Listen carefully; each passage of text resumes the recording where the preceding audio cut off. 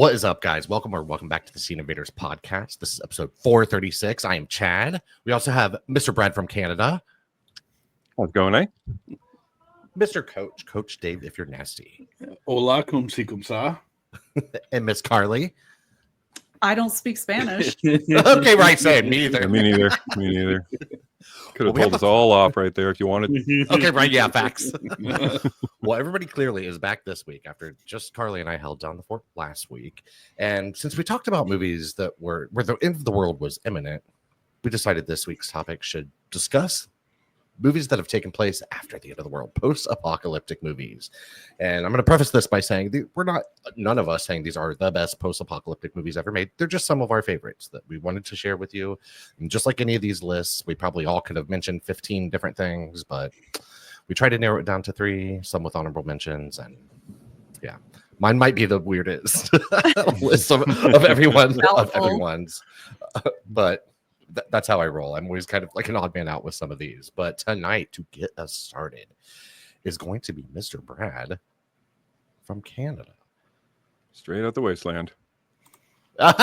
This image. Look at all those maple leaves. Yep. How many fingers do you have? Hold on.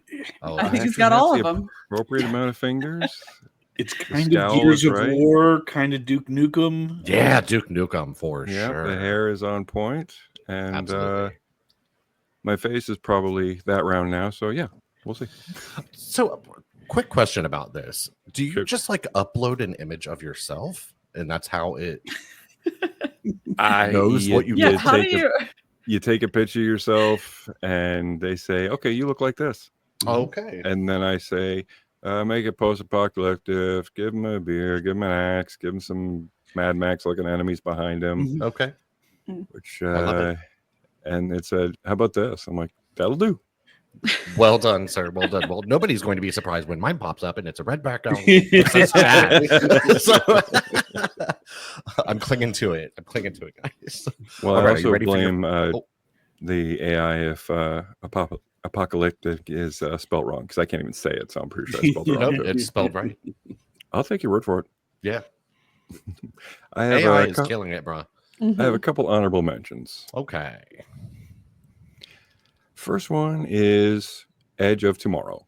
Okay. Now, I don't know if this is like completely apocalyptic movie, but it seemed within the realm of it. Sure. That Absolutely. you never really got to see the other populace. It was just very, very military. So you knew that there had to be like just hell going on everywhere. Mm-hmm. And this movie about a spoiled major in the military getting pulled into the realm of warfare, and through happenstance gets the power of Groundhog Day. Okay. The power of Groundhog Day, but for real though. And keeps coming back better every time. Now, I love this friggin' movie. It didn't make my top 3 only because I wasn't really sure if it was Gotcha. like in the realm of apocalypse. But my God, I love a strong female lead. It And has Emily Blunt in it, right? Yes, she's Yeah. great. Yeah, that Emily opening Blunt shot is of her amazing is in this. amazing.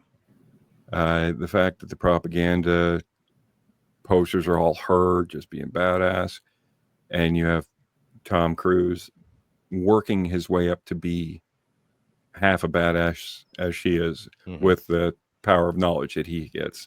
I freaking love this movie. Am I making shit up, or was this all at one point called, or was it called Live, Die, Repeat? No, but that's That's what what they put on the poster. Is and that a what lot it of is? people- I knew yes, that. and a lot of people call it that. Yeah. Isn't it and the name of the it manga? became that.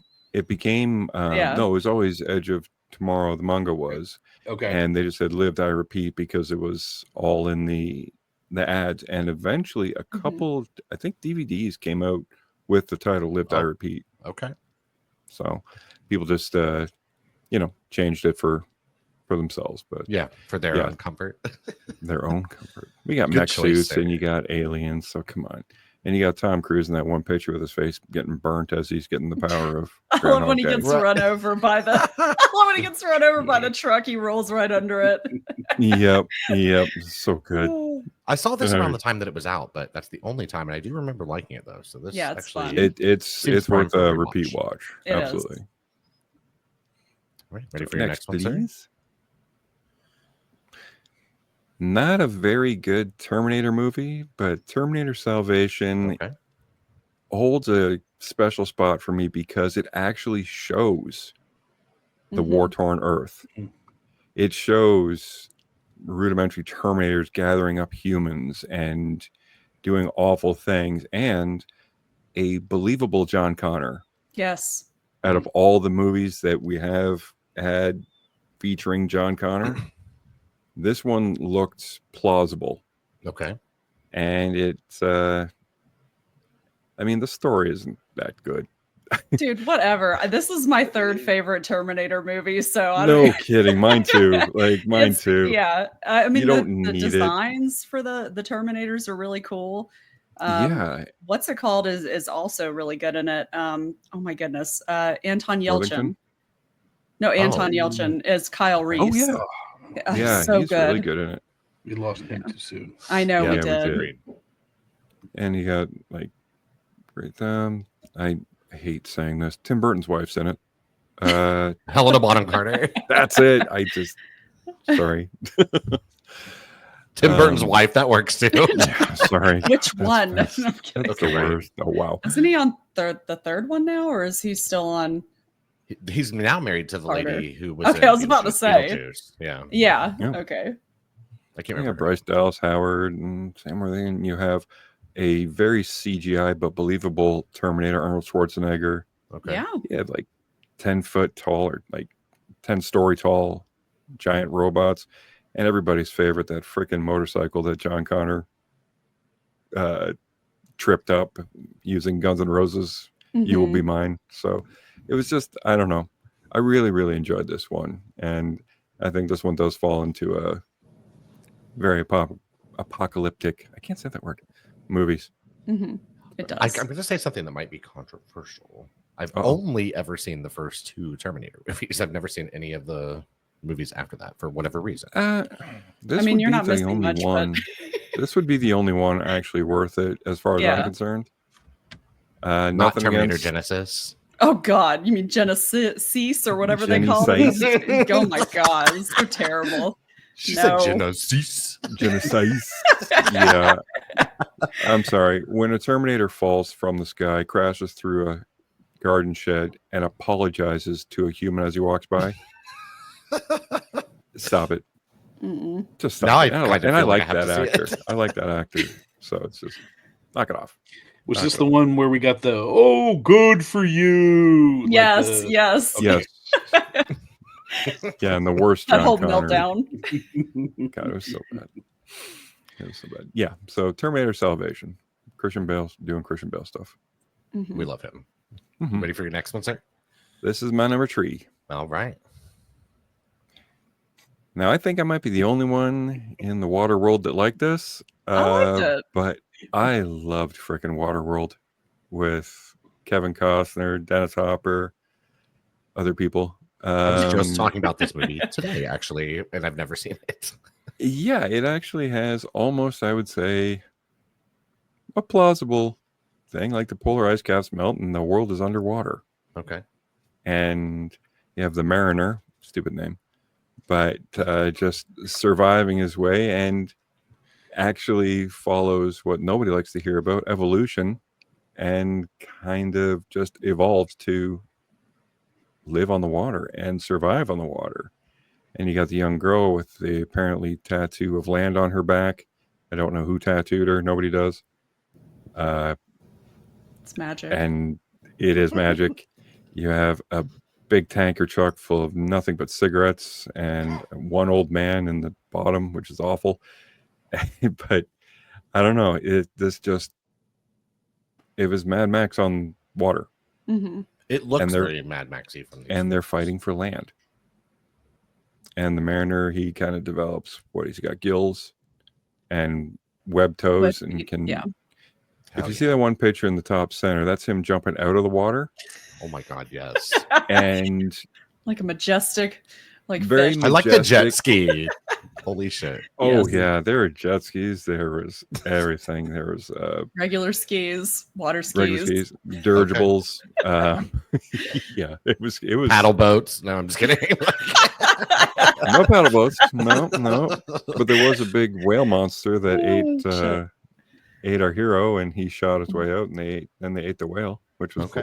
cool. Yeah. Yeah, they tried to tag this with it's a giant flop, but it actually made a ton of money. It did. Yeah.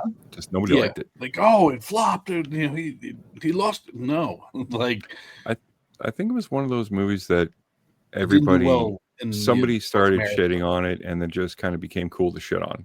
Well, I remember when it came out, everybody was just talking about how it was the most expensive movie ever made at that time. Okay. Yeah. Oh, I didn't Yeah, I can realize see that. that. Mhm. Okay. Yeah, That's but I bound to mean- put a target on your back right Yeah, there. right.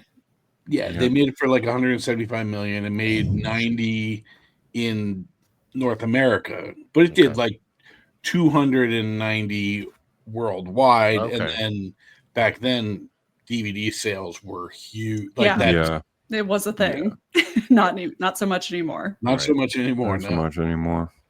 It's going to come back though. I I think hope it so. will. It'll be something that never truly dies, but I think it is going to go the way of like Now people are records loving and shit like that. physical media is fun. Yeah, the more people kind of get shafted and like, I want to see this. Nope, doesn't exist You're anymore. not allowed to. Yeah. You're In the not immortal allowed words to. of Carly from Scene Invaders, it's never too late to start collecting. That's right. Never too Physical late. to start media. Mhm. Never too late. collecting. I love it. Right. Next Yeah, one, sir. Yes, please. All right. Now I've touted this movie too many times, but Keep touting it, homie. keep touting it because Boy Kills World, again, is it the apocalyptic movie? Maybe, but it's definitely, well, shit's going bad, and everybody is everybody is either starving or dying. Okay. So yeah, that's what I kind of posted.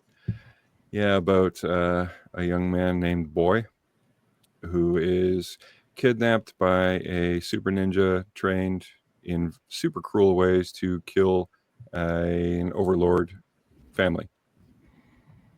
That's enough for me.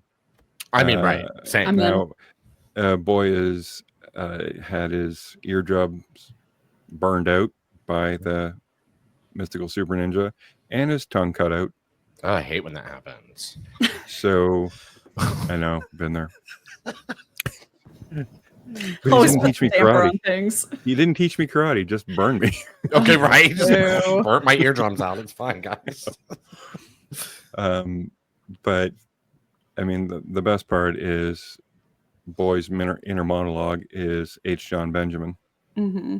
So you got that voice running through the whole thing. It's got Famke Jasmine. It's got the dude from The Raid. Yes, I don't know his name. He's the dude from The Raid. That's all that matters. And Mhm. and you got the Sarsgaard guy. Yeah. Bill. Love him. Bill's his name.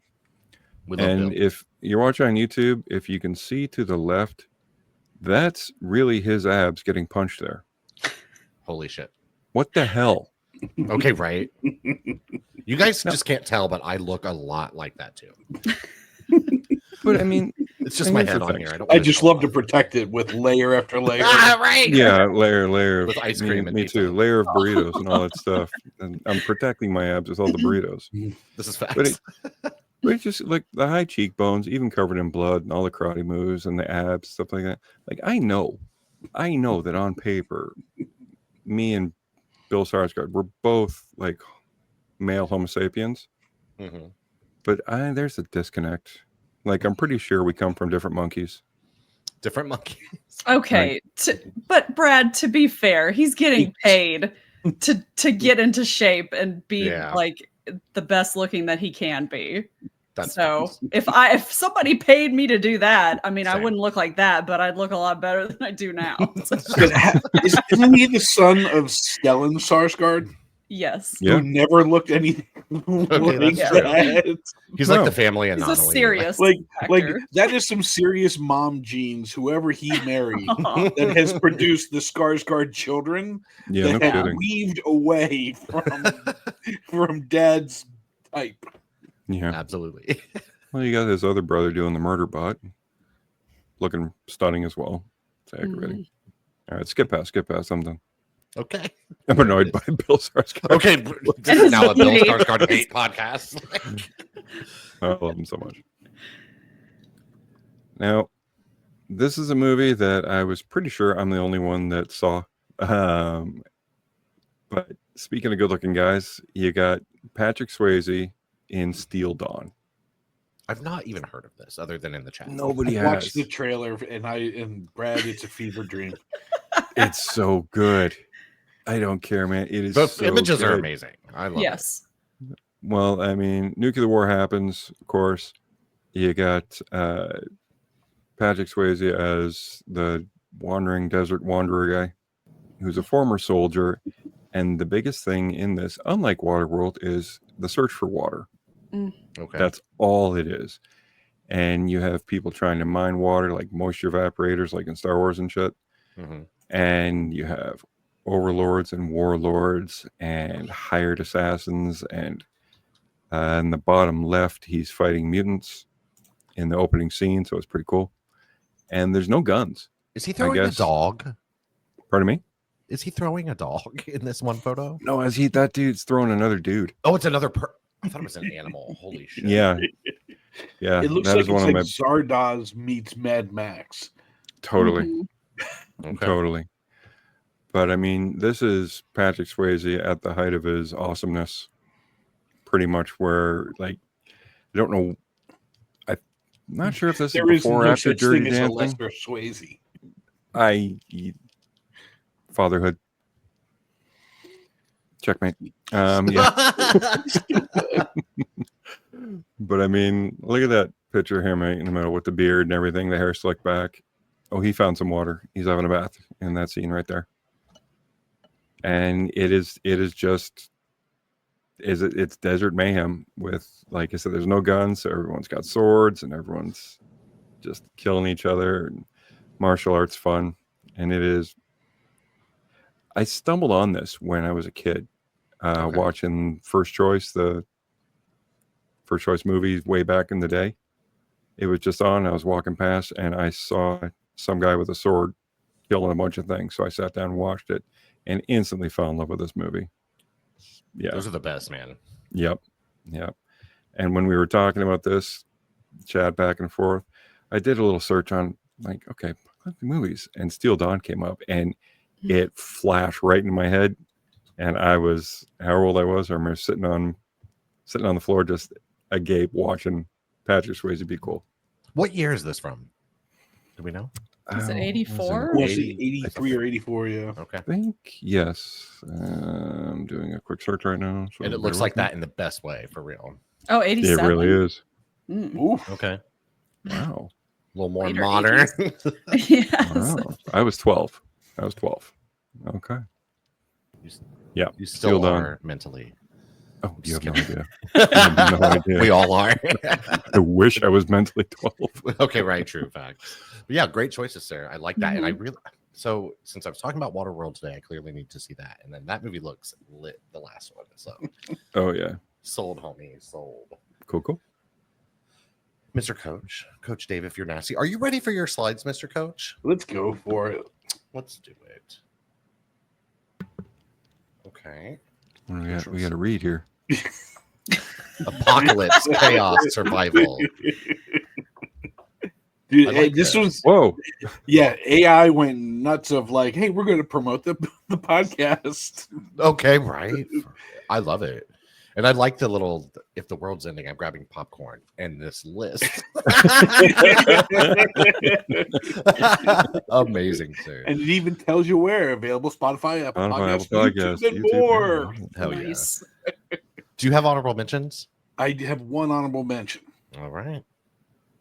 Okay. So, yeah, it's not a movie; it's a video game. It is, and AI originally put my face on there smiling, so I had to say make it look mean.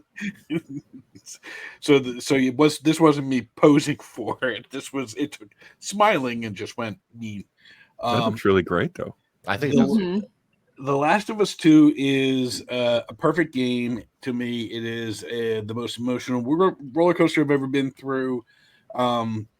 while the show's not hitting the same points to me that the game did, I have hope for the future and where the show's going to go. But I mean, this is kind of a perfect post-apocalyptic view of what can happen, will happen, et cetera, et cetera. It is a great game indeed. Both of Just the the Last of Us best games game are in the world. good All stuff. right. Then we're going to my number 3. Okay, I'm sorry. You look like Mark Ruffalo there. Yeah, I Oh know. my God, Yeah.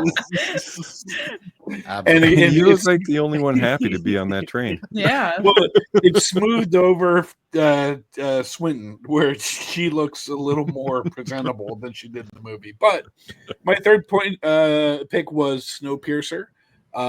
Just the examination of class and how class would affect or be affected by the apocalypse, which probably doesn't really change anything. But it's still, those that have will continue to have, and those that don't will continue to not. This was a TV show as well, right?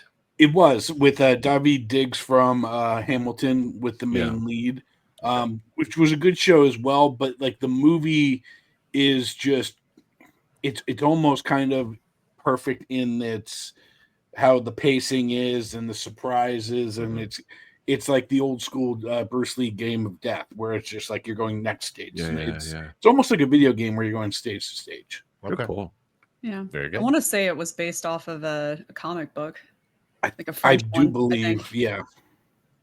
That All feels the good right. things are. All the good things are. All the good things, man. All right, ready for your next one, Sarah? Ready to be depressed. All right. Oh, the road. Here's the road. Here's the road. I'm hungry, Pa. I'm so hungry, Pa. Oh my God, help. Pa. Stop it. Stop With it. the Fucking AI cry. gave It's a me great movie. the Mark Hamill car accident face. Aw. But the road is one of those you have to experience it, as depressing as it is. Mhm. It's the who can you trust, who should you trust, and if you let down your guard, what happens? Like the person that's always preparing, and then there's a moment. Yeah, how much can you really, really prepare for Right. like an impossible situation? Mhm. I do like the way you tied your scarf, though. it's Vigo being Vigo. I mean, listen, Vigo was doing a string of movies. Like once he had that Lord of the Rings cash, Mhm. where it was like, I'm just gonna do awesome shit. Yeah. Like Pretty he much. did The Road, Eastern Promises. Like there's just whatever wacky crazy thing. Yep, put me in it. You want me to wag my dick around? Sure. Yep, we'll do that. I'm about to say something that no one will find shocking. I have not seen this movie. Oh, I It's good. actually have the It's book, good. and I've been meaning to read the book, and then I was going to watch the movie after that. Yeah, I've not. oh well, Chad, that's what I was making fun of in the book. He's literally like the poor kid saying, "Pa, I'm so hungry, Pa." Just like there's just so much of that. I get it. Yeah. But yeah. But yeah, I Should've want to see eaten this that for kid. sure. Okay. Aw, Oh my it's God, a great right? movie though. Okay. All right. Ready for your And next number one? one. All right. Wow. So, listen, I'm going to tip my cap to AI. No What kidding. they did with that poster was It's awesome. amazing. Hell yeah. But Children of Men to me is in the rarefied air of it's basically a perfect movie. The pacing of it, the storytelling of it, the use of like one shot to one takes to create like unsettling just pacing. It's just so amazing. It can be on top 10 of films ever made, Okay. and just so well done. The basic story of we get to the future and nobody's able to have kids, and then one person is able to have a child, or she's pregnant, and it's protect her at all costs, and who's trying to get to her. And Okay. just an amazing movie. Clive Owen at his best. Yeah. Julianne Moore. There's a couple just great little, you see a couple performances just for a little bit, and then they're out. Okay. She's one of my favorite actresses. I love her. And this happens in 2 years. Yeah. Okay, Yeah. right. Oh shit, that's not. Yeah, exactly. No. 2027. Okay, it's coming, guys. I like how good your version choices, is sir. widescreen. But widescreen. Wait, hold on. Screen. Wide- No child has been born for 18 years. Thank you, I love AI. Thank you, AI. It was one of those. They got the picture so perfect. I and know, was I love Yep, it. We're yep, not going to Perfect. Damn the rest. So perfect. Love it. No, I haven't seen this movie in a long time, but yeah, that one shot, it just drags up. Yeah, yeah. I mean, that's worth a YouTube alone. If you haven't seen this movie, like just type it in and just watch. You'd be like, wow, this is almost unnerving. Who directed this? I forget. Is it Ella? Yeah. Here, you Ali can hear my finger Alejandro? snapping. I'm just kidding. Not that one. Alfonso Cuarón. There you go. Cuarón? Like, Close Yeah. enough. yeah, I mean, who's done, Gravity, Yutama Bien, like, What now? E2 Mama. It's all be it. Yeah. Gravity's We don't amazing speak Spanish, okay, Brad? Okay, Well, right. come on, We're I not know. all multilingual. yeah, Good choices, sir. Very Right. solid Fantastic. choices. Really, really great. Mm-hmm. Okay, now we're on to mine. So Black and Red. keep your expectations in check. No, I'm just kidding. Stop. No, I like all my movies very much, but Mm-hmm. I thought about this in a slightly different way. I mean, these all definitely still are post-apocalyptic, but I guess most people are, at least that's what I thought of immediately, is like scorched earth, basically like post-apocalyptic. And not all of this necessarily fits that. And don't judge me, guys. I love the Hunger Games. Not you, No anyone judgment. listening. Well, you can go ahead and judge I was me. about I to guess, if say you want. you're amongst like we all appreciate you and your taste in movies. Okay, There you right. It's something for sure. I'm glad you finished it. So I actually read these books when they came out. Yes, they're young adult novels. Yes, I'm in my 40s. I don't care. I was like, I just wanted something like fun and breezy to read, basically. So I picked up And the then you first read this. book, and I just like something like page turning and like exciting. Yes, like that kind which of it stuff. is. Which it definitely is. So like I Mhm. picked up the first book and I was like, bitch, don't fucking text me, don't call me, I'm busy. Like I was like, I'm gonna read these books, and I sat down and read the whole entire series like in like 3 or 4 days. And when the movies came out, I was nervous because I enjoyed the book so much. But one of the big reasons I wanted to pick this, because I think this is a great example of an excellent adaptation. I think these, especially the first couple of movies, Mockingjay was never my favorite book, and those 2 movies are definitely not my favorite. But I think the first 2 Hunger Games movies are great, and I think they're very good adaptations. I mean, this is definitely like the end of the world. Essentially, everything's been divided into like, and kids have to fight to the death. Everybody knows what the fucking Hunger Games is. I don't have to explain it, but yeah, I just think they're, even though it's so heavy and like you're like basically watching kids kill each other and shit. It's so fun.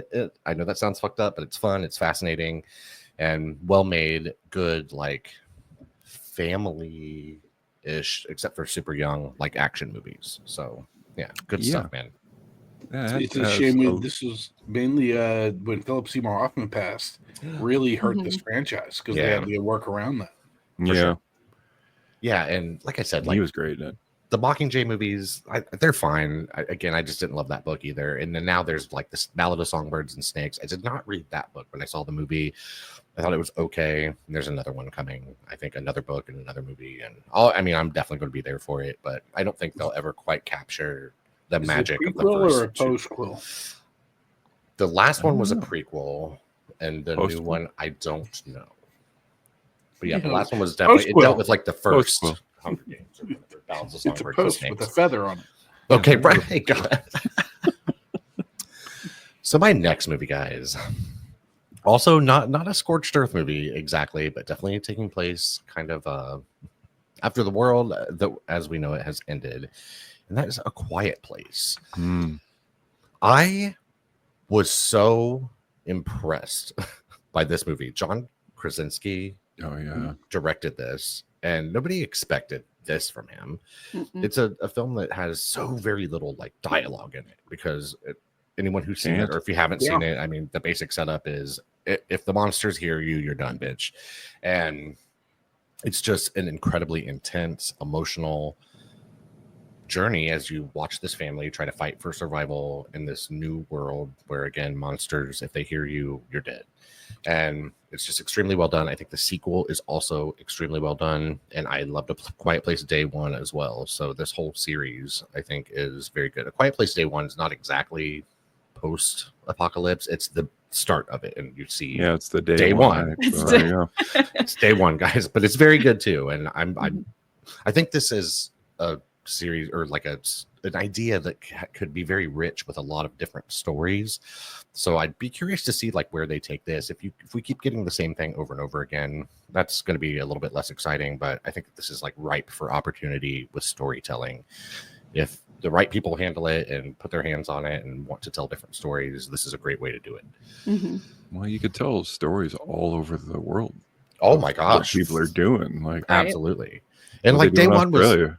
Day Like, one was refreshing because it is, I mean, of course it is day one, but it feels a lot different than the other movies. Yeah, you're dealing with the same monsters, they hear you and all that kind of stuff, but it plays a bit more almost like an action movie kind of, because it's like the pandemonium of this all beginning. And I thought that was really well done because it didn't feel like the previous two, which were very similar because you're following the same family the first two. But yeah, And this this movie, one if had you a haven't seen it for very- some reason, watch had a it, guys. very bold choice for the beginning. yes. And I don't know if anyone was really expecting it. I was not. I saw this like 2 years ago. Okay. Just one of those things where I never saw it. So me and fam sat down and watched it, and then we watched the sequel. But yeah, Anytime children are harmed, it's usually fairly Ugh. shocking, unless you are going into something knowing that's where it's going. Yeah, unless the kid didn't listen, and he didn't. So Okay, let's right. be fair. True. And the performance in the first one by the daughter, I don't know her name in the movie, but she is deaf, and her performance is incredible. And it just really fits so many of the themes of this movie, and it's just really good, guys. It's a great family horror adventure drama, basically post-apocalyptic too. Yes. Well acted too.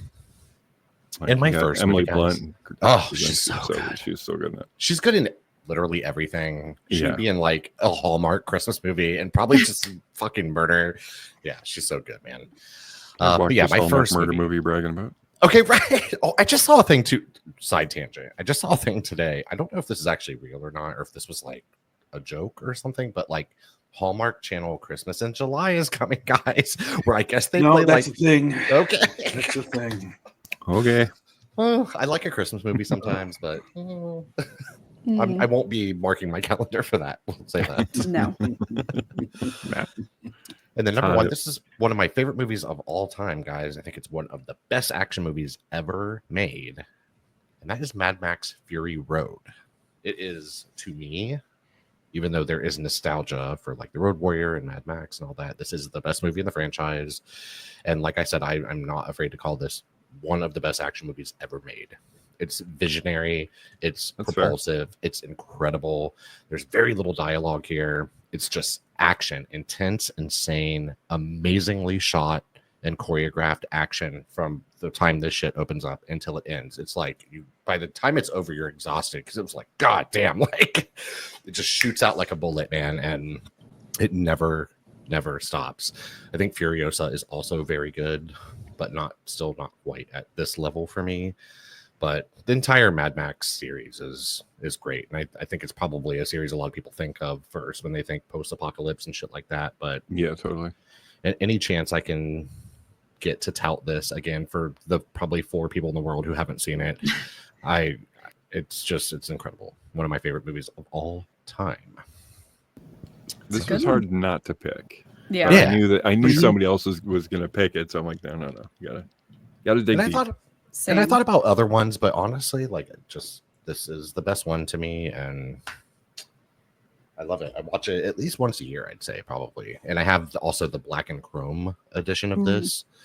and it looks sick. It's so dope. I mean, the color, I prefer the color version, but the black and chrome, if you know the movie, especially like if you've seen it a few times, that black and chrome version is extremely well done and it looks spectacular, man. I love it. Yeah, that was me, guys. So Very cool. my take on the apocalypse. And last but not least, Carly's favorite post-apocalyptic movies, to be exact. And I know you have some honorable mentions. I do. Okay. Oh, wow. Yeah, look, I can everybody use getting AI fancy to- with Yeah. everybody. Should Look be at black and that. yellow, or should be in blue and yellow. Look at it, Sepia. spelling everything Okay. right and everything. All right. I like the burnt out cars. All right. So, of course, I have to pick Tank Girl. I love Because this that's movie. that's a fun one. Laura Petty is Tank Girl. She's a perfect choice to play that role. I love Tank Girl. Yes, Hell it's yeah. a fun one. like those Turbo Kid. kangaroos. Oh yes, and Ice-T is one of them. Ice-T the kangaroo. Come on. That was And cool. what is it? Naomi Watts. She like doesn't even want people to know that she was ever in this movie. Why? I would tell everybody I was in this movie. I guess she's embarrassed by it. I don't Oh, know. It's like, She needs to get honey, over it. yeah, right. Everybody got their start somewhere. This came out when I was in Exactly. high school, and I went and saw it in the theater in high school, and I loved it. Had a good I I would- just soundtrack would too. love to interview Ice-T and just have him talk about getting into character. It's Oh God. Right? What was your motivation? I Yeah. see. Like, Me. They paid me. They made me look like a rabbit. Oh. Fact. And then another honorable mention is, of course, Turbo Kid. I've already picked this for, I think, maybe Hidden Gems or something prior, so I didn't Yeah. want to put it in my top three, but it is, I prefer it. I love the Mad Max movies, but I feel like it's a little bit more realistic because they're all riding around on BMX bikes. Okay. instead Right. of Driving That's a cars. future I want. I'm not going to lie. That is a future I would want. And in And the case you're not practical catching the drift, effects are guys, so great. Carly said, "Watch this fucking movie. I've talked about it twice. Yes, so go watch please. Turbo Kid right now." Yep. Yes. And the same will go for Six String Samurai because I know it's been on my list before. This is a great post-apocalyptic movie. Very fun. You're Good to just a watch fan with of all the kids, too. post-apocalyptic movies, man. I am. I love it. All right, those are all the honorable mentions. Yes. All right. Post-apocalyptic Ooh. top 3: sepia tone. Ooh, that's and right. Burned out Gotcha. car. All right. So number 3 is Stakeland. And this came out in 2010. Okay. This is a post-apocalyptic coming-of-age vampire Western movie. Basically, a vampire epidemic has swept across the U.S., and the main character, Martin, is actually taken under the wing of an expert vampire hunter called Mister after his entire family has been slaughtered. I've never heard of this. Oh man, it is so good. And I've heard of but not seen it. I definitely recommend it. But Okay. basically the vampire hunter, Mister, he takes Martin on a journey searching for a safer place up north called New Eden. Okay. And along the way, they just kind of encounter a cast of characters that include a nun on the run, who's played by Kelly McGillis from Top Gun. You won't even recognize her in this movie, but she does a great job. Everybody does a great job. So they encounter her, a young pregnant woman who is played by Scream Queen Danielle Harris, Hell yeah. and then a cult that believes that the vampire plague is God's will at work. Okay. So That it's a sounds good one. amazing. It's really It good. really does Oh. sound amazing. I assume this is plays, one you own the Mr.? physical media of. I believe I do own it. Yes. If I don't, I need to buy it because it actually got a sequel in 2016. While it's not quite as good, it's still pretty entertaining. Okay. But the main character who plays Mister is Nick. What is his name? It's Nick D'Amici. Yes, and he helped write it along with the director. They had previously worked together on Mulberry Street, which was I think it was some kind of a fan favorite for horror movies. But yeah, really great movie. Definitely recommend. I'm sorry. Cool. It made me think of the thing in Wayne's World where like Mulberry Street. I used to know it well of Mulberries. Oh, jeez. All right, next one. Yep. Next All one. right. All right, number 2 is Love and Monsters. I have never heard of this. Oh my goodness, I don't think a lot of people have it. I don't even. I did see Huge this rating though. Like I think it's Yes. like in the 90s for Yes. Rotten Tomato. The audience loves it. I think both audience and critics, Yeah. both like it. It is. It's basically, so what happens is there's a comet that is coming to destroy the world, and of course, what everybody does is they get together and launch a bunch of nukes at it. They successfully take out the comet, but then all of the fallout from all of the nuclear warheads and everything comes back down to Earth and basically mutates like animals, mostly insects and things like that, and makes them like huge and takes out most of the population. But yeah, we follow this main character who's played by Dylan O'Brien, and he just is you kind of learn more about him as the movie goes along, but he's just so likable, and really everybody in this movie is likable. It's full of heart, it's charming, it's really funny. Okay. It's a genuine quality family movie with no preachy messages. There's no politics, nothing like that.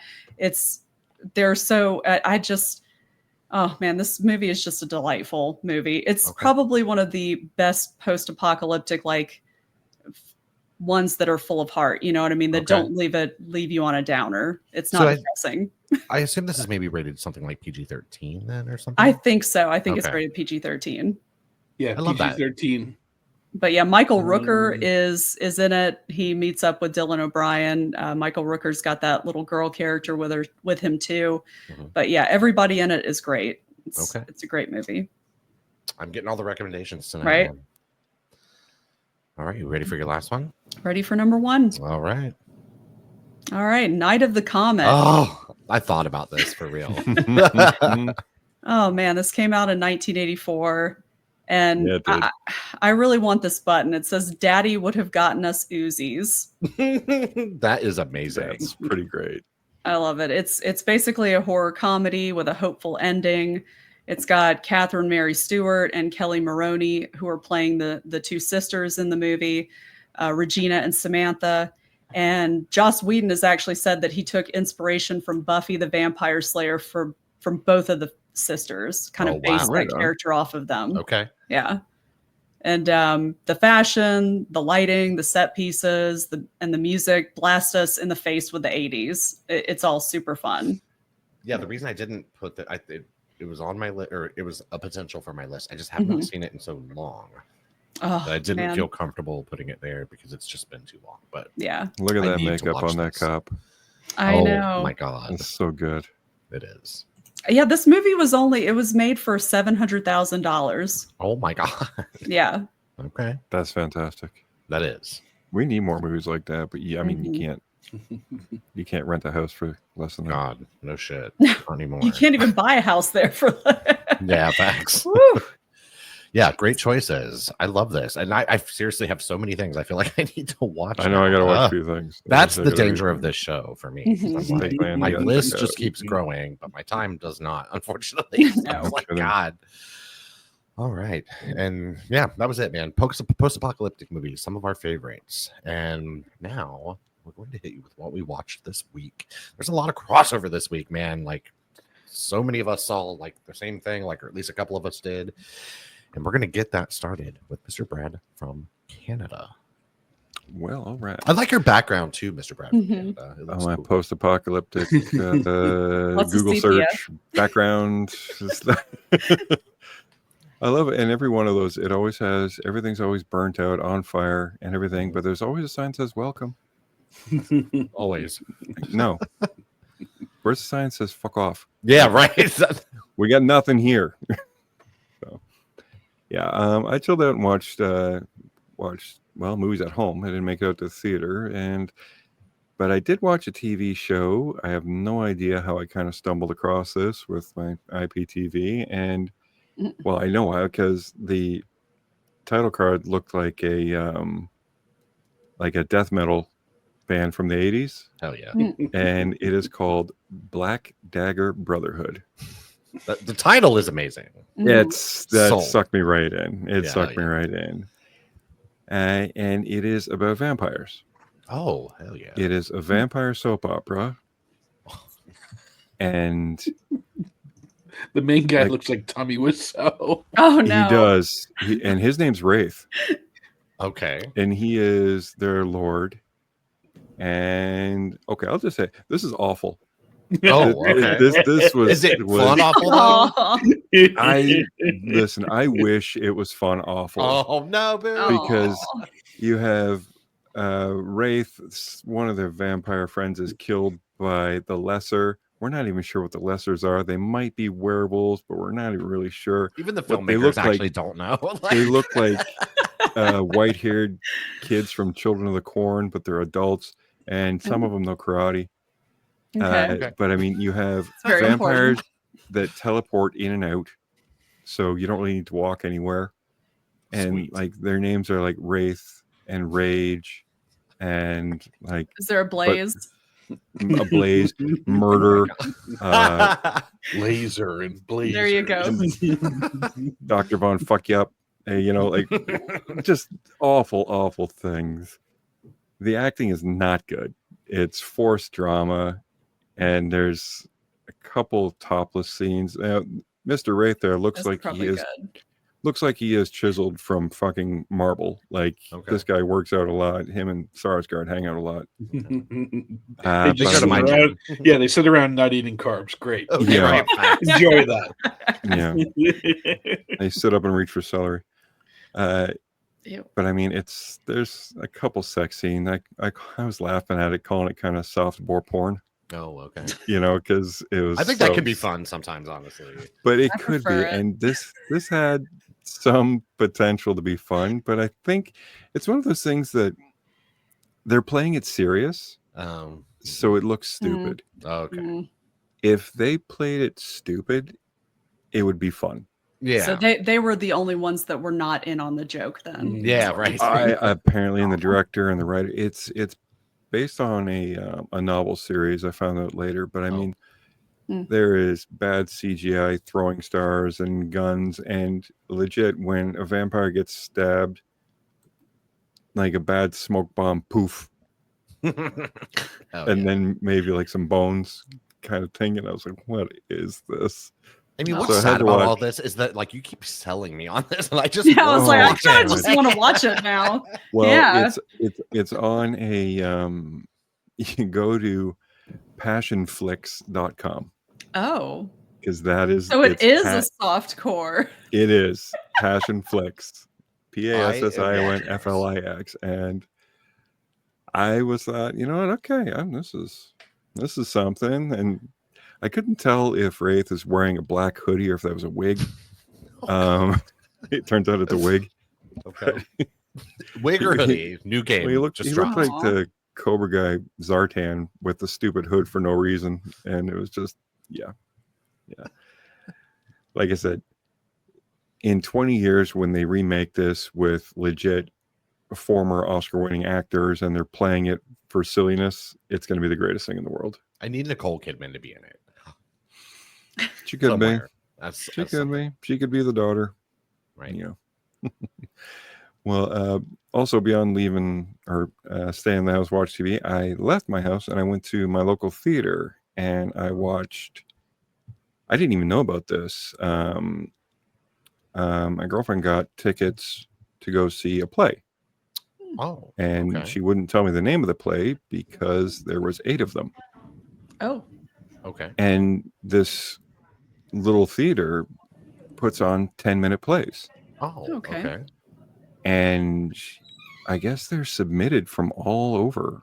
I want to say the world, but all over Canada. And they're submitted. People like you get your own production. It's very simple, very bare bones. You might have like a table and a hat rack, Okay. but people submit these 10-minute plays and they get them made. And some of them are extremely poignant. Some are fun. Some dive into like a little bit of science fiction just with the story, some time Okay. travel. I watched 8 of them, and some were great, some were mediocre, but what they all were was original. Okay. Mhm. And That's important. Mhm. a few of them have actually won local awards for writing. And there are some professional actors. There's one guy who has been in a bunch of commercials up here and that's as far as he wants to go because he's retired, but this is just kind of something that he does for fun. And at the end, they did a Q&A. So I asked a few questions, and it was really neat to just see something so wholly original that I had no idea what was. And the MC and the theater director came and he talked to us, myself, my girlfriend, and he said, "You have a projecting voice. Do you want to act?" There it is. And I'm like, Yes, I do. "Sure." And he's like, "We do volunteer basis. Show up and audition." Yeah. Hell yeah. So I'm gonna. Yeah. Hell gonna. yes. You should, dude. That's Absolutely. amazing. And I was also feeling a little inspired. So at work, when I had nothing else to do, I wrote a 10-minute play. Oh, So let's I'm go. gonna go. submit it. I'm gonna Hell submit yeah. it. Yes. Just little Nice. opportunities, just having fun. And like I said, it gets me out of the house and gets me away from TV and gets me away from what we do on this podcast. So I don't know if that's a good idea, but Sure. You'll be- Coming It soon was- to Passion Flicks is Passion Brad Flicks. Pitt.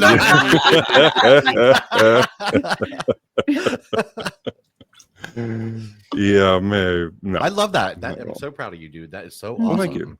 To But do no, something a little it's- bit different. They do it like there's another 8 plays coming this Saturday, so I'm gonna go see them. Oh my God, is it 8 Nice. totally different ones? Yeah, Oh, Yep. let's go. Oh, that's cool. And it's like- Question. Were these the same actors across Nope. these plays? Okay. Nope.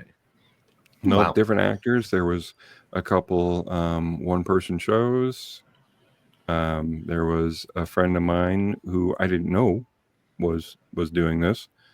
A trans actress who kind of told her story, and that won a few awards and stuff. But it was just really, really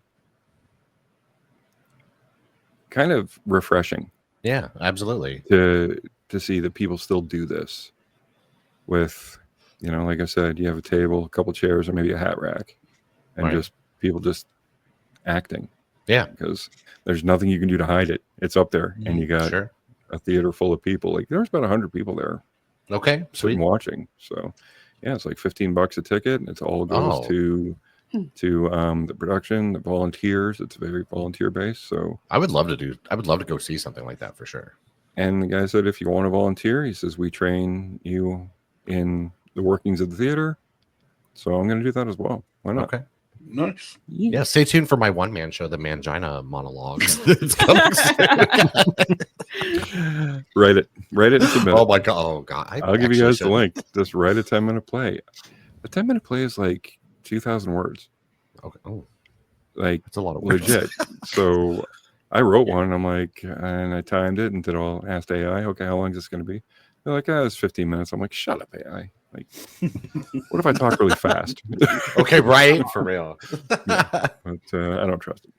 But yeah, so if you have actually local theater, as fun as it is to go to the movies, as fun as it is to sit and watch TV, just go check it out. Support this stuff because this is where it all started. Yeah. I seriously love this idea so much. And it's a scene here in Jacksonville that I have literally nothing about. I have no idea what like live theater scene is here.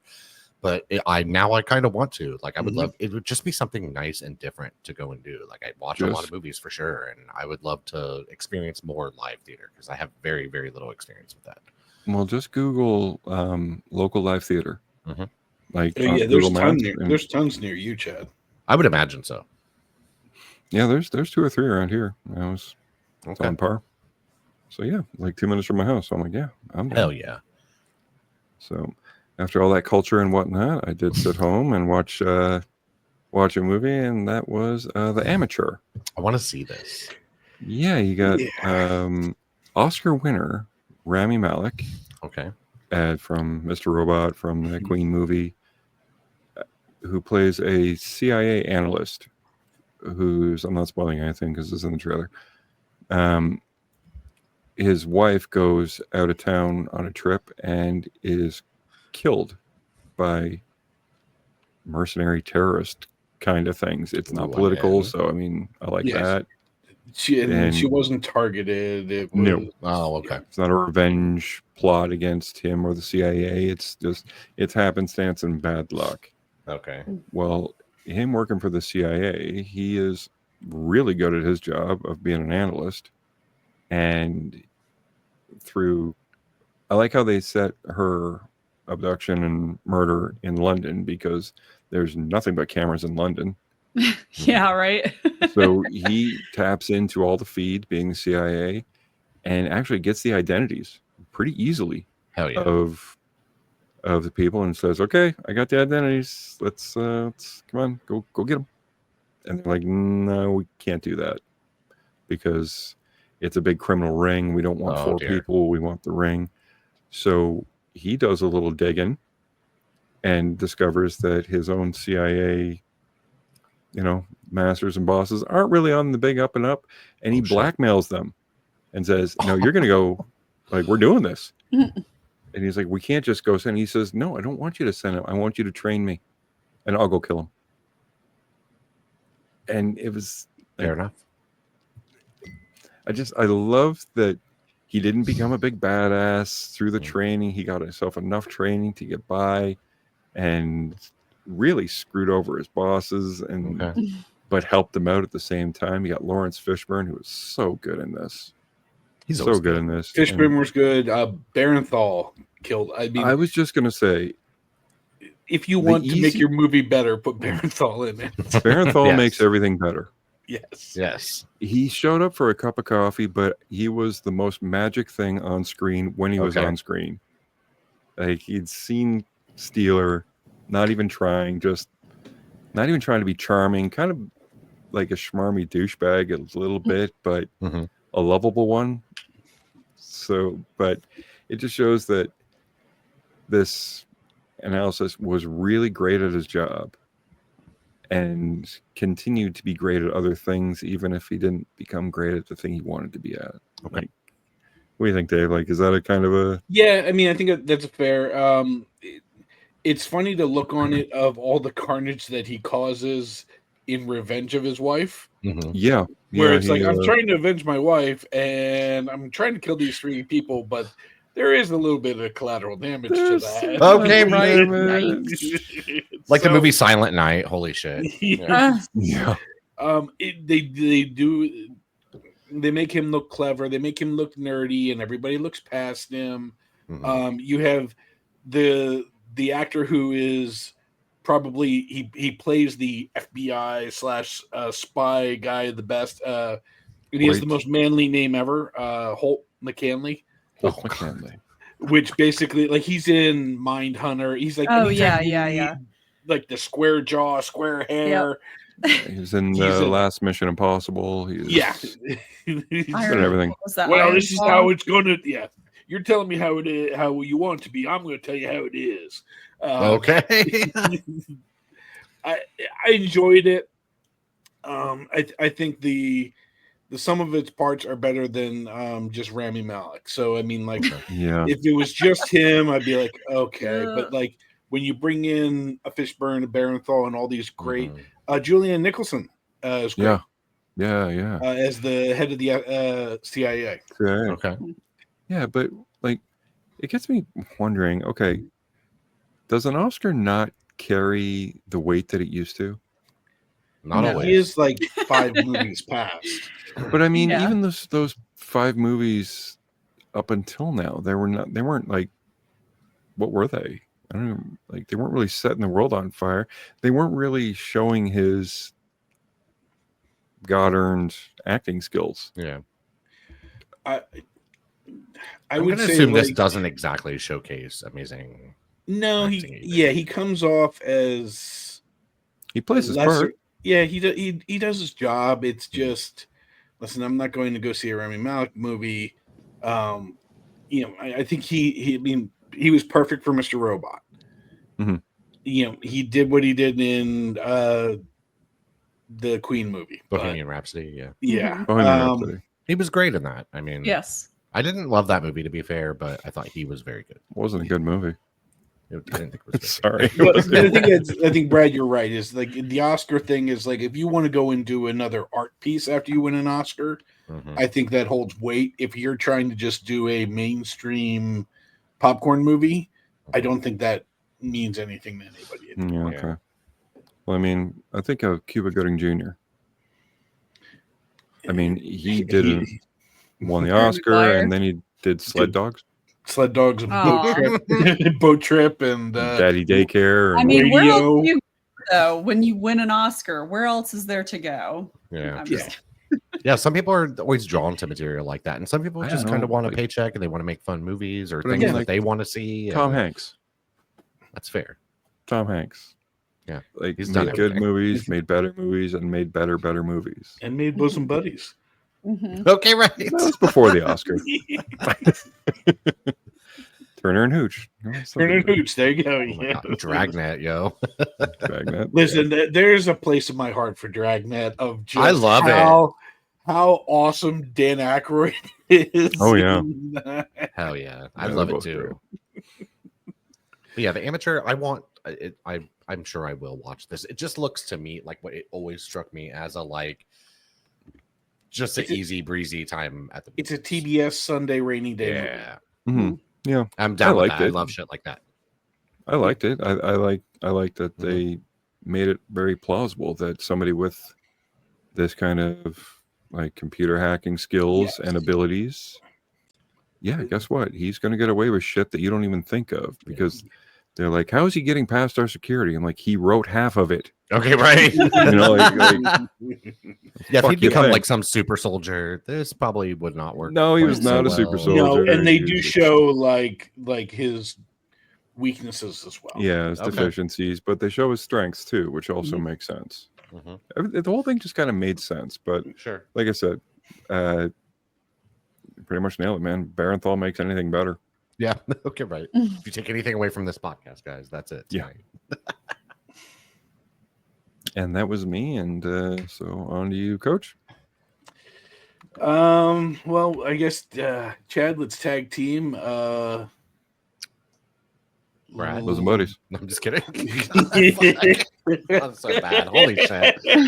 The Life of Chuck. Oh. It's a Mike Flanagan movie based on a short story by Stephen King. Mhm. It's And Mike basically Flanagan's first non-horror. first non-horror. It does have, I don't want to say horror elements, but scary. Yeah, mystery, And scary, it's- almost supernatural. Yeah. And it's basically, gosh, Chad, how do you describe it? This movie is emotionally manipulative. It's heavy-handed, and I loved every single fucking second of this movie. I had no idea at all, other than Coach saying in the chat. I knew it was Mike Flanagan. I knew it was Stephen King. Yes. I knew it was not horror. And I knew Coach went to see it and really liked it, but I had not seen the trailer for this. I had no idea at all what this was about. But I'll go see anything anyway. But I'm a big fan of Mike Flanagan, and Chris and I went to see this today, actually. And oh my God, I thought this movie was absolutely incredible. Like I said, it's manipulative as fuck. It's Mhm. manipulating you constantly. And it is heavy-handed in the things that it's trying to say about enjoying your life and living to the fullest, kind of, and all that kind of shit. But it is, I think this is so good because, like he said, it's not horror, but there is this very mysterious quality to the movie. So yeah, what I wrote in the chat was, I'm now leaving Life of Chuck, and I am not sure what I just watched. I know I cried. I have an increased sense of wonder, and am thinking about time and space. Yeah, absolutely. Yeah, I mean, I kind of am hesitant to say too much about what this really is even quite about, because I think me knowing literally nothing about this was a big help in that way. But it's just a movie about living your life, the end of To the life, fullest. and Yeah, living your life to the fullest. at the end in life. Mia Sarah came out of retirement for this because she liked Midnight Mass so much. Okay, Oh wow. And oh my God, like listen, I had she's so great. a childhood crush on her. this is the most nurturing. Like, I just want this woman to hug me and tell me Yes. everything's going to be okay. Mhm. Like, she's still gorgeous in her later age too, but like, she plays the grandmother of Chuck and is married to Mark Hamill, who is just a curmudgeon, but in a great way. I thought he was excellent in this movie. Gosh, like, you don't want to spoil anything. Yeah, I will say, did you see the Christine? I didn't. So in the very beginning, when they're stuck in traffic and he sees the billboard, Oh, there's the car that Christine from. damn it! Yeah, yeah. I wish I would have caught that. I knew you said it in the chat too to look for that, but I was I was gripped by this movie for sure. But that I didn't catch. There's an extended scene with Tom Hiddleston with no speaking, which is just it's Joyous. poetry and it's joyous, and you don't know what's going to happen next, and it just keeps going and going, and after it happens, you're like, man, that must have been like 15 minutes. Yeah, But it just goes by in a snap. It's just a bunch of string magical moments that wraps up in a mysterious way, but it's basically broken into 3 parts. yeah. The first and they're part, told backwards as well. yes, the first part is what is going on parallel to the end of the life of Chuck, and then the middle part is the somewhat adult life or teenage life of this guy Chuck and what's happened, and then it goes to like Chuck's early years. It has friend of the show or often casted Jacob Tremblay. Yes, he was in this. Yes, he did. I thought I laughed when he came up on screen. I was like, "Oh my god, there he is, Sam." And then it's Everybody's favorite lost boy. Because who they got to play even like younger Chuck looked exactly like Jacob Tremblay when I he guess was, that is Mike Flanagan's son was like super young Chuck. Yeah. I don't know. Like, I wish I could say more. There's a great back and forth between Ejiofor and Carrie Gillian. It's so that whole opening, the whole entire, so like he said before, it's cut up into 3 parts basically, and it's told backwards. So there's just this sense of mystery in the first part of it where you're like, what the fuck is even happening here? What's going on? What is this about? Because it's very much about watching and I don't think this is spoiling much, but you're kind of watching the end of the world happening, or what seemingly is the end of the world. And we're not listen. We're not doing this justice. We're not. No, it sounds like just a go see it kind of movie. Yes. I can't. I think seems like it's very hard to describe. Yeah, how do you sell it without spoiling it? Yeah, and you have to. That's the thing. Like that's the thing. Like, there is. If you guys were to see it, like, I may do a side chat with Chad of like, how about this part? Oh my gosh, how about this part? Like, because there are some like, oh my gosh, this and this and this, and like, this is a perfect. Listen, you want to take out a date and then have a serious coffee discussion afterwards of like, what does it all mean? This is the perfect movie for that, where it is like, oh, well, what do you think this part did? What do you think about this part and this part? And but yeah, go see it, at least go see it for Mark Hamill and Mia Sara, who are just amazing in it. Yeah, this is my favorite movie of the year so far. It replaced Warfare for me. This is the best movie of the year for me, even with it being manipulative and all that kind of shit. I was there to be manipulated, and I love gaslighting movie. And I think that I think this is a great movie too. There's a lot of cursing in it, but other than that, I think this would be a great movie for the family if your kids are a little bit older. Like, yeah, I'd say middle to late teenage, because there is it. I could see how some kids would get bored, whereas is also like, if your kid is very inquisitive and quizzical and any other keywords I can come up with, this is a great discussion to have with Listen, this is the type of movie that in college you smoke a bunch of pot and you talk about it for like ever. For sure. All right. Sounds like my kind of movie. Yeah, no, I think I thought college. this was riveting, and I think you guys would really love this movie, legit. Okay. And No, Chris, I'm like sold. I said, saw Yeah, it with me today, and And if when you wanna we cry. left, and if you want, I feel always some cry. emotions, me too. Yeah, I'm a good crier. But Chris was like, I need to go find this short story, and I need to read it literally right immediately. That's how he felt leaving this, because he loved it too. He Well, really enjoyed this. As soon as you see the Stephen King part of it, the Mhm. main, you're like, oh yes. Sure. But it does give off kind of very Stand By Me, Yeah. where you're Mhm. like, Oh, okay. oh, this is Shawshank, Stand By Me. It's more Yeah. in those vein of movies. this Yes. is than- Stephen King, but it's like you see how actually creative and good he is, instead of like he's just a horror, the best of horror writing. Blah, blah, Yeah. blah. And it's got a lot of like it leaves you with so much to chew on and think about, not to get too like crazy, but like your existence and what it means to exist, and how like whether you're actually like living your life, taking advantage of your life. And Matthew Lillard made me question every God, single thing. no shit, Like, dude. I'm like, he just has a little part. I'm like, oh my god, I'm just doing everything wrong. Honestly, watching him in this movie Fuck you, when he Matthew showed up, Lillard. I was like, I love him. But I was like, I could see legit just for that scene alone, like he was so fucking great in it that I could see like a supporting actor nomination for that 5 minutes of the movie. Like he's just so incredible and so affecting and like so memorable, and it just makes you think about so much. And yeah, I see this movie, guys. Yeah, I I think see it. I think maybe in a couple weeks we'll do a Yeah. spoiler filled like We should do a video on this, Mr. Coach, Okay. and really talk about it. boom. And It's a spoiler like Coach is in. watch Coach cry. in Yep, this I movie, guess we got to watch it, Carly. and the movie's not even in. It's not even tears of sadness necessarily. It's just tears of life, like Mhm. and what life is like. And I mean, there are sad things in this movie, but the things that had me the most choked up and the most like wiping my face were just like these joyous life moments, and they work.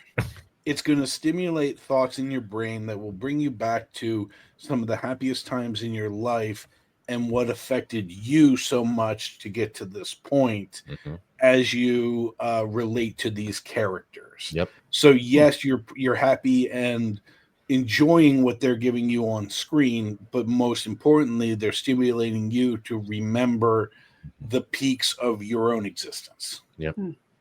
Agreed, 100%. Yeah, a must see, guys. A must see.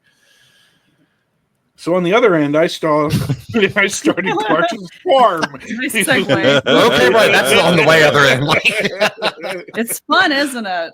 It- What do you think so far? It is a big buffoon who has Yeah. way too much money, who's suddenly like, right. I'm gonna go buy me a farm. And then his caretaker of his farm is like, yeah, I'm gonna retire. He's, what does that mean? He's like, well, you have to do everything. Yep. So the first episode is basically his business manager, like they go through and he's just buying farm equipment.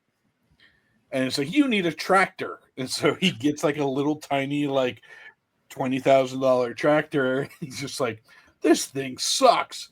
And he comes back with a Lamborghini tractor A that Lambo. is like, God. it doesn't fit into his No. barn because it's too big. And all I'm thinking is, like, listen, I knew his car show was very popular, That popular? but that popular, well, so apparently his parents made a ton of money. They created the knockoff Paddington Bear doll, which Okay. is basically where they got all their wealth. Oh. Because they made a Paddington Bear doll before Paddington became a doll to sell. Oh, geez. Jesus. And all the That's kids smart. wanted a Paddington doll. And all the kids wanted a Paddington doll. So like they yeah. had and they were Yes. that's apparently where some of like the generational wealth of the family came from. sure. Listen, he's in on the joke, it seems. Okay. Mhm. So like, yeah, you can burn through a couple episodes of just like, man, I'm smarter than this idiot. But there's a lot of his kids being like, Dad, are you serious? Dad, are you serious? And then his wife, where you're just like, okay, you are a very rich man. Because he is a very homely looking man. This is basically like if I'm landing a supermodel. Like, like, there's a reason. Oh, I see. It is enjoyable. You just kind of go with it as he does dumb things. It reminds me of that Post Malone joke. Says, Which one? My girlfriend thinks Post Malone is very, very, very attractive, and he says, "I realized I'm not ugly. I'm just poor." Yeah. Am I doing it any justice, Carly? Or No, I think so. I think it's a fun show. It's really fun. I mean, I'm already so far removed from season 1. I can't even remember what happened. But yeah, no, I think it's good to start at the beginning though, because then you can see where he's come from and how far he's gotten. Mm-hmm. But yeah. So I'm assuming there's going to be personal growth as well as financial growth. Yeah, well, I mean, like, I don't know if this starts after he got kicked off the car show or if it started because of that, or I'm not sure either. I can't remember the whole timeline of events there. Yeah, he was kicked off the car show. So he didn't get Me Too'd. He got woked. Oh, I guess as people would say. Okay. Like, I think he put out a couple of bad tweets or something like that. Yeah, they didn't like that. Very timely. Yeah, so like discount Wolverine kind of. Yeah, so it's like, oh, we got to get rid of him type of thing. It's like James. You got Papa John'd. Yeah, like you got rid of him and then came back up. Yeah, Papa John. That's the first thing that came to mind. Well, if he would make decent pies, that'd be okay. Okay, right. Facts. Just put sugar in the dough. Put sugar in the sauce. Everybody loves my pie. Just put sugar in it. You're making cinnamon sticks out of your damn pies. I'm sorry. No, I want one. And that's all. That's pretty much it from me. Okay. I didn't see anything else. I will do my teaser of. I don't know if I'm going to do a video or talk about it next week. I am highly anticipating Friday. Now, 3/4 of the theater is currently sold out. Oh, I'm so jealous. To go see Showgirls on a big screen in a theater. Jealous as fuck. Oh my god, I love Showgirls. It's gonna be a good one. I'm excited. All right, so I guess we are on to me with this one. So of course I saw Life of Chuck. Watch it for real. The next thing that I saw, I went to see today, was Elio, the new Disney Pixar film, about a little boy named Elio who is obsessed with space and aliens and actively wants to be abducted by aliens. And his home life's good, huh? Does he also want to be probed? Well, he just lost. So I don't think this is giving. Okay, right? Maybe. No. I don't think this is spoiling much because this is literally the first 3 minutes of the movie. You find that he has lost his parents. He's living with his aunt, who works for the government in a capacity where she is monitoring the debris in space to help people in space avoid it, basically. And you, like I said, you see this little boy who is obsessed with space, with aliens, and actively is trying to get abducted. Well, one day he ends up getting abducted. They think it wouldn't be much a movie if he didn't get abducted. This kid get abducted. Well, they think he's the leader of Earth, and he plays that off for a while. And this is the weirdest Pixar movie that I can maybe think of. Tonally, I thought it was strange. I liked this movie. I do recommend it, but it played into the weird side of things, like in kind of a good way. I thought, like it's just it's bizarre. Like what is happening here? Like watching this little boy like trying to get abducted by aliens and meeting aliens and befriending aliens and all of this kind of shit. But I mean, the animation looks beautiful. Of course, Pixar always is high quality in that way, and it's emotional. And I just think maybe with this one, I think Pixar can't hit home incredibly hard emotionally at times. Mhm. I mean, I cried during Inside Out 2, for God's sake, and several other movies, to be fair. And this one didn't quite hit me in that way. But I would say this is a step up from things like Elemental, which I thought was very just okay. So it's one of the better, like, super modern Pixar things, but I think still in like their catalog, this is going to probably fall into the lower half for sure. But definitely something to like watch with the family. There's just something strangely that felt like a little bit off about this one to me. It just seemed like the care that goes into some of their stuff just wasn't quite on this one. But I did like it. And Claire, I went to see it with a 15-year-old girl today. She was like, I love this movie. It was so good. And I was like, I did enjoy it as That's well. what it's So for. yeah, no, and it's a recommend for me for sure, but something I've seen it once and I'm probably happy with that. Like I can't see myself like dying to watch this again, but it was not 90 minutes wasted for sure. And then the last thing I saw, I know Carly saw this too, and I'm actually very curious to know what she thinks about this, because this was one of my more anticipated movies this year. Celine Song directed Past Lives in 2023. That was my favorite. I know I've talked about it a couple times recently. My favorite film of that year, like by a mile. And this being her sophomore film, I did see the trailer for this. I usually trust A24 with their trailers. The trailer did not do much for me.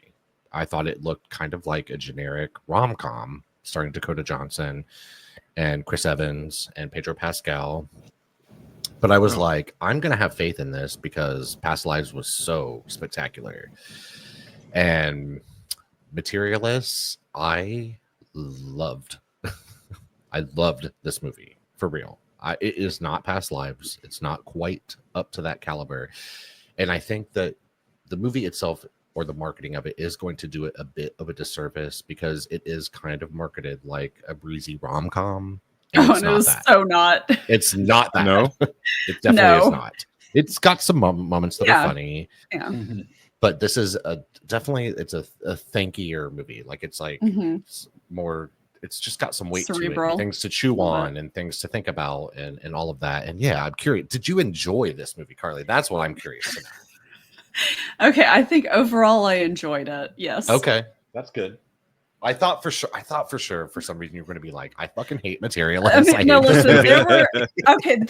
But with that being said, there were some parts where I was like, why is this in the movie? This is like, this shit just got way too serious. It's like, why are we focusing on this? And I get it, because it is something happens in the movie, and I don't want to spoil it, but Sure. it's a very serious thing that happens on one of these dates, and it's like, something obviously that as a woman you have to worry about happening. Sure. But it just seems like I think they kind of went a little overboard on it. I think they just focused a little bit too much on it. Yeah. That would really be my only main critique of it, and that whole scene where Chris Evans is like waiting out on the stoop at the end. Okay, like, right. I would right. If I just waited out on the stoop all night for my woman to get out there, I would not be professing my love to her. I'd be like, bitch, I'm going home. I can't believe you left me out here. I can't believe you left me out here all night. It's so rude. No, I definitely see what you're saying. And I think my biggest critique of this is kind of the same in a way. And that critique is that it's a little bit tonally inconsistent. Yes. There are a couple of moments that are played. I would say that really this is more of a drama than anything else. Like it's got some funny moments, like I said, but this is more of a drama. But there are a couple things that do kind of overstep that line a little bit to become like maybe just a little bit too serious. But I think that the questions that this raises and the like looking glass it takes at like modern dating is so fascinating. Because Dakota Johnson plays a matchmaker in New York City, and she sees love as like a commodity, kind of like as like a transaction, as she's just constantly trying to like puzzle piece people together, basically. Then you see how that infects her in the way that she navigates her love life as well. And I thought Dakota Johnson was awesome here. I thought she was so fun to watch. She's kind of cold a little bit and like businessy, but I mean, it fits her character. And like I said, there's so much. There are a couple of like moments of like just back and forth dialogue. There's one with her and Pedro Pascal. Oh yeah, that whole scene at dinner. Yeah, That's a where good she's one. like, she's like, I mean, he's like this like catch. He's A super unicorn. wealthy. Yeah, a unicorn. Super wealthy, very good looking. And she's like, makes in the movie, she says she makes $80,000 a year being a matchmaker in New York City. And she just is trying to kind of reason with him and understand why he would even like find someone like her attractive, because she brings nothing to the table for him, basically. And the conversation they have is so smart and so real in a way. And I don't think people necessarily talk this way to each other, but it just really makes you think, and it makes you look at the dynamic of things, and it shows how smart of a writer Celine Song is. Yeah, it's like the tonal inconsistencies are a little bit strange, but this movie is so fucking great. I loved it. I loved this movie. I thought it was a joy to watch. And it's not because it's like fun exactly, but it's just a joy to watch. Like when it was over, I was just had such a great time sitting there in the theater for this, and it was like me and a bunch of like 30-year-old white girls, basically. Because that is the demographic for this movie. Pretty much. I felt sorry for my poor husband. He was like, "Oh, did he see?" I apologized to him after. I was like, "I'm so sorry," because I knew as soon as we left, he was like, he was just ready to fucking go, and he was such a trooper. I did have one couple that was beside me in the theater. I was by myself, but there was one couple with like 20 minutes of the movie left, got up and left. And I was kind of shocked. I was just like, I would be too. I thought it was apparently that relationship is ending. Okay, maybe that's it for sure. Yeah. Well, but I it's thought it might have entertaining. been. Yeah, no, and while I thought it might have been a little long in the tooth, I'm like you. I still felt entertained by the entire thing. I can see why other people might not have been as entertained as me, but I was like, oh. And I think especially people going in thinking they're getting like Made in Manhattan 2 or some shit like that. Like this is not that for real. No, not at all. And I think marketing it in that way sort of does do it a disservice, because I could see why someone would go see this and then not be happy with it, because it just is so much different than what they're. But also it has the name A24 attached to it, and I think if you know. You wouldn't expect your typical rom-com from A24. There would be something a little more meat on the bone. And there is this part in this movie where I have to talk about this. It's not spoiling anything. It's nothing major, but there's a part because she is a matchmaker. She's trying to match all kinds of people, and like she's sitting across at lunch or whatever with this black woman, and she was like, "I don't know if I'm going to be able to find you like a conservative." That was funny. Basically gay black woman here in New York City. She was like, "Do you mind if we like expand your reach to Long Island or whatever?" And like, I'm not from that area, so I maybe don't get like every layer of that joke, but it just was so funny because it kind of goes on for a minute, and then she like sort of the punchline of it all is like she's looking for another like black gay conservative woman or whatever. And it's smart, it's funny, and it's modern and in a good way, like in a very fresh feeling way. Like I love Celine Song's voice in cinema and what she's doing, especially with romantic cinema, because that shit can become so tired and so played and the same thing over and over and over. And she's kind of insistent on like making her mark. Like an interesting, like, how do you go from past lives to this? Like, I understand like writing past lives of like this could have happened or something like that, but like, how do you then pivot to like matchmaking in Manhattan? Sure. Like, well, and the thing here too is that I mean, I don't know her life or her story or anything, but there are so many things about this movie that ring very true in a way. So you just kind of wonder if some of this she is drawing from like experience or friends or something like that, because it just feels so authentic. And yeah, for me, I thought this was an absolute win and a 2 for 2 for Celine Song. While this is not at the level of Past Lives, it's one of the best things I've watched this year for sure. And I can't recommend this enough. If you like Past Lives, I think you'll definitely be on board for this, but just go in with your expectations managed, that you're not in for just a light, breezy experience. There's more to it than that. Nice. And yeah, that was it for me. So Miss Carly, we're moving on to you, homie. Well, the only other thing that I watched besides Materialist was The Road Warrior, which is also known as Mad Max 2. Yep. Watched that in preparation for this week's topic. It's a fun movie. Probably one of my favorite. I got to be honest with you. I like the first one the best as a movie, like just as a self-contained movie, but that's not post-apocalyptic, so it doesn't even count. But really enjoyed the second one, and the only other movie that I watched was The Book of Eli. Okay. Which is great. Denzel Washington, Mila Kunis, Gary Oldman. Gary Oldman, man. I love him in that movie. Ray Stevenson. Yep. R.I.P. R.I.P. Yeah. And Gary Oldman, to be fair, is great in everything. Right? He is. He's kind of just fantastic. Newly knighted. Newly he's knighted. Oh yeah, dude. Oh my goodness. When did that happen? I think just this week, I believe. Oh, haven't been on Twitter, so I don't know anything. I don't know anything going on in the world anymore. So it is Sir Gary Oldman. Ah, okay. He's good in that movie or that TV show Slow Horses. Yeah. Yeah. Oh, yeah. The Apple TV. It's not a good show, but he's good in it. Mm-hmm. Yeah. So you know who? Eli, I haven't seen that in forever. That's a great movie. But do I know who? What? Do you know who should show up to his knighting ceremony?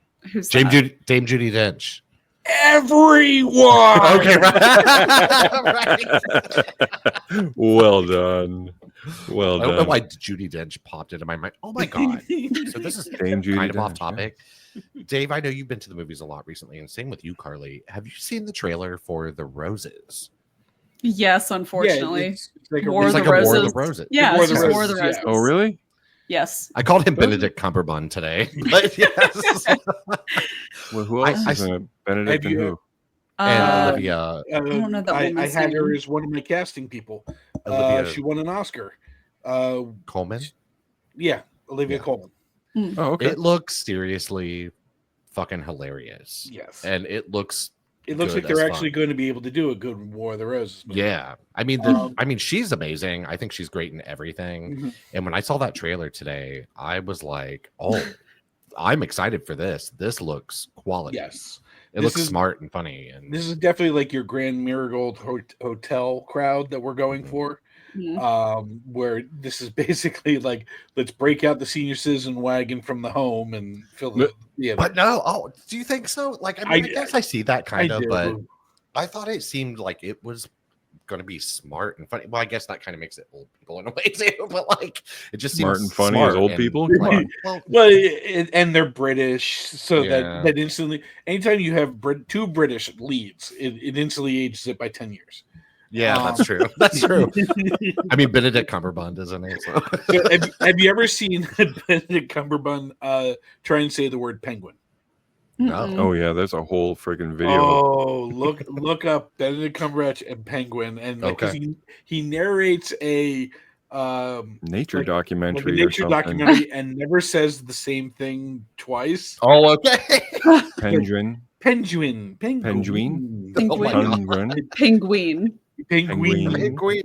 Yeah. Oh, it's hilarious. But yeah, that movie looks, I think, amazing. I'm so excited for it. And did anybody catch the trailer that dropped today for the Bruce Springsteen? So Brad and I. Yeah, I did. This is a trailer I would watch for sure. So, listen, I'm from the tri-state area. I'm east. Everybody has a Bruce Springsteen. You're like, I have skin in this game. Yes, if you're from Jersey, fine, but like, okay, Eastern PA is basically Jersey when it comes to Bruce Springsteen. The concert footage looks amazing. Yeah, it's Jeremy Allen White, right? Jeremy Allen White, yep. Great actor. The only concern I have is there seems to be a lot of like when he was a kid, Okay. His thing came from when he was a kid. Like, I don't need an origin story in every single biopic. Sure. Like, and this has a bit of the. Sorry, go ahead, Brett. One thing I do like is it has. I guess the premise is him working on his latest album that he's already got his golden records. He's already a rock star, and it's just one that he's working on that is gonna just fix him. So I don't know why he's broken. I don't know much about I bet we're gonna find out. the boss beyond like his music. I'm never really dove same. in deep, but I don't know. I like biopics. I like the I do too. Timothée Chalamet, Bob Dylan one. Sure. I didn't like Bohemian Rhapsody, but whatever. But this one just, I don't know. It almost seems like it's a reaction to the Bob Dylan story. It's like, oh, Okay. let's do this. Right. Sure. But it just, I don't know. I'll probably go see it because I like the actor and I like Bruce Springsteen. But it just looks like there's something missing. Yeah. I mean, the best biopic of recent memory, in my opinion, is A Better Man, and that was just a nice, fresh, interesting way to do something like that did not feel like the same old tried and true. I mean, tried and true is fine, and there are plenty of those that I like as well. But I just wish somebody would come along and shake these up just a little bit more. But I would watch this. Is not a singing and dancing symbian. No, he's not. Although, what's his name? Jeremy Strong's in it, so who knows what methodology he'll use. I don't know. Like it was when they kept flashing back to like the kid stuff. It just made me think of Dewey Cox of like the wrong kid died. I'm just glad. I'm dancing. I'm just glad that all three of you pronounce biopic correctly, because every time I hear somebody say biopic, I'm like, why do you say it that? It sounds like a medical procedure, like a biopsy. Yeah, that's it. Benedict Cumberbatch and Olivia Colman were to say it'd be a biopic. Okay. Biopic. Penguin. But yeah, I've actually lightened up a little bit kind of on trailers than I mean, since being with Chris and going to the movies with someone more often, well, I used to never go with anyone. So, I mean, like sometimes having someone with me, of course, I'm not going to wear earbuds there. So I've lightened up some, but I still try to avoid most if I can. Like something like this, I'm not too worried about spoilers. Yeah. Like it's a biopic, guys. Like it's not that serious. Movie etiquette question. Yeah. Is it okay to talk and discuss during the trailers? Yes. To me, yeah, yes. as long as you're like not like, hey, what do you think about this one? If you're not screaming, quietly talking is perfectly fine. I think. Yeah, it's not the feature, so I'm pretty like. As long as you shut the fuck up. Where do you land on it, Dave? Where do you land on it, Dave? Listen, I don't. I hate people and anything. So okay, shut the fuck up. If we're gonna talk, I'm gonna save it for the coffee or a beer afterward. No, but I'm fine with it. It's you liar. You hate it. Trailers, I'm okay with it. But it's the worst is like when I see like the worst movie, like where it's like I'm walking on sunshine. Like okay, right. Like yes, I've seen this same trailer 20 times. Is the guy going to get the girl? Is the girl going to get the guy? But they're not good for each other, but they might be in the end. Okay, right. And then just like I hear just the whole thing, 90s. like that's awesome. I can't wait to go see it. I'm just like, you're the problem. Okay, right. That's facts. Yeah, I think it's funny too, like that we're talking about trailers. Another side tangent, really quick. The Naked Gun trailer played today again, and Chris turned to me during it to talk during trailers and said, man, I wish they would stop showing this so much because I still want these parts to be funny when I see the movie. And I was like, yeah, I feel that for sure. But I still laughed at that trailer today. That trailer is fucking hilarious. And I'm excited for the Naked Gun. I originally doubted Pam Anderson, but I think it's going to work. Yeah, I think it is too. I think Liam Neeson was an inspired choice for this. Hilarious. I think we've seen that he's capable of this kind of comedy and shit. So my other concern is, and because he's also in the Bruce Springsteen, Paul Walter Hauser is starting to become Paul Walter Hauser in everything he does. Okay. Like at first it was like he is Richard Jewell. Okay, like he's actually acting, and now like the last couple things I've seen him in, he's not really evolving. Acting. Yeah. It's just like we need a fat guy. Huh? How about this guy? He's the only. There he is. It's him or Josh Gad. Who else can we get? Like that. So I'm a little trying worried to do the Ryan Reynolds thing. What? be Or just himself in Ryan his every Reynolds. fucking Yeah. movie. right, okay. You just always Ryan Yes. Reynolds. Yes. I like Ryan Reynolds. though, I do so too. I'm okay Me with it. Deadpool stars in this action flick. Okay, right. Anyone else have anything they want to say before we get the fuck out of here tonight? I really like the ballerina. Oh yes, Oh, you saw yeah, there you go. ballerina. You weren't here last Yeah. week. Tell us more, Brad. Yeah, just fighting with flamethrowers and Yeah, grenades hell and yes. shit. I mean, like there was I thought the there was grenade fight was the good. grenade fight was really great. And Mhm. yeah, guess what? She's not John Wick because She's her not name's not Wick. John Wick. Yeah, right. And yeah, she was bested by John Wick because John Wick's done this 4 times before her. So Mhm. stop it, everybody. Like, Yeah. I don't know what people are expecting. I think Uh, I think what wanted happened with better this movie. motivation. This is a classic example of rumblings came out that there were reshoots, and then all of a sudden, in everyone's mind, they let that dictate that this was not a good movie suddenly, and that's not the case. Not in my opinion. I do think it's the weakest of the franchise, but I'd still really Yeah. like this movie a Oh lot. yeah, it's still very fun. good. of course it Yeah, is. it's so I I thought wasn't that there expecting it to eclipse any of the others, but no, I was expecting John Wick action. Mhm. And I And got you get to see it. John Wick You really action. get it, truly. Yeah. And they killed the guy in this one that John Wick killed in the first one. Yep. I want to say he's been in a couple of the other John Wick movies too, as a different Yeah, character. He's Daniel come back. Bernhardt. He played like the that guy. henchman in this one, and then he got killed in the henchman in this one. I think they both got choked out. I listen. I really liked Anna de Armas in the James Ballerina. Bond movie. Mhm. Yeah. I No thought Time to Die. anytime that she spoke more than 2 sentences in a row in this, But too much. it was a little much. I thought they could have creatively done better motivation instead of just a random bullet passing through a wall to kill the dad. Sure. Like have it come from the big bad guy or her best friend who was kicked out of the academy, have her come back. There seemed chances to There's be opportunity. to Sure. be better, and they just kind of like, well, why are we doing this?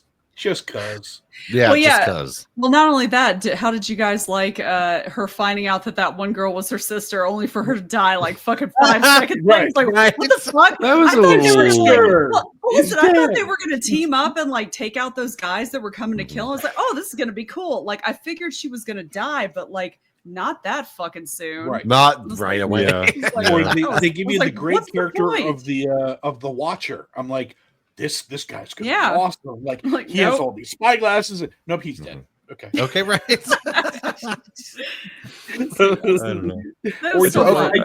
I still did don't like the murder understand that cult. John Wick, like, he's hired. This is the job he does, and now he suddenly has a soft spot. Well, Sure. she was getting revenge just like he was getting Mhm. revenge. Yeah. So that part Mhm. kind of worked for me, but I just thought it was hilarious that there's this whole like other side like family that we have that doesn't go by the rules, but then they also run a town where magically all of the people that get to like that are assassins get to retire to. I'm like, what? Why didn't John Wick just do this? Why did he have to do this impossible task? What is And they going were- on here? They were afraid to make her ugly. Yes. So, like, Mhm. she gets stabbed in the back with a knife or baby knife, as Deadpool would say. So the baby Baby knife is staying in there. Then she catches a cleaver across the back that gets Just cut her through jacket. gets Cut her through the jacket. jacket, but doesn't pierce the skin. Sure. Now there's a baby knife in her back, but there's no blood anywhere.